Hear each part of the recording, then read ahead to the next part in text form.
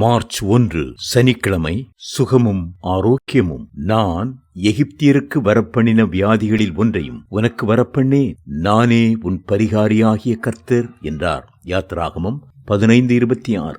இந்த புதிய மாதத்தில் தெய்வீக சுகத்தையும் தெய்வீக ஆரோக்கியத்தையும் பெற்றுக்கொள்வது எப்படி என்பதை குறித்து தியானிக்கப் போகிறோம். இந்த தியானங்கள் உங்கள் ஆவி, ஆத்துமா, சரீரத்திலே பெரிய விடுதலையையும் சமாதானத்தையும் சந்தோஷத்தையும் கொண்டு வரும் என்று நம்புகிறேன். இன்று உலகம் சரீர சுகத்திற்காகவும் ஆரோக்கியத்திற்காகவும் ஏங்கி தவிக்கிறது.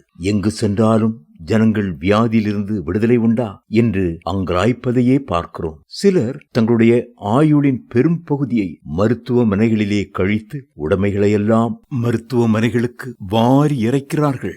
இனி நீங்கள் வாழப்போவது சில மாதங்கள்தான் என்று மருத்துவர்கள் சொல்லி கைவிரிக்கும் போது மனம் சோர்ந்து அங்கலாய்க்கிறார்கள்.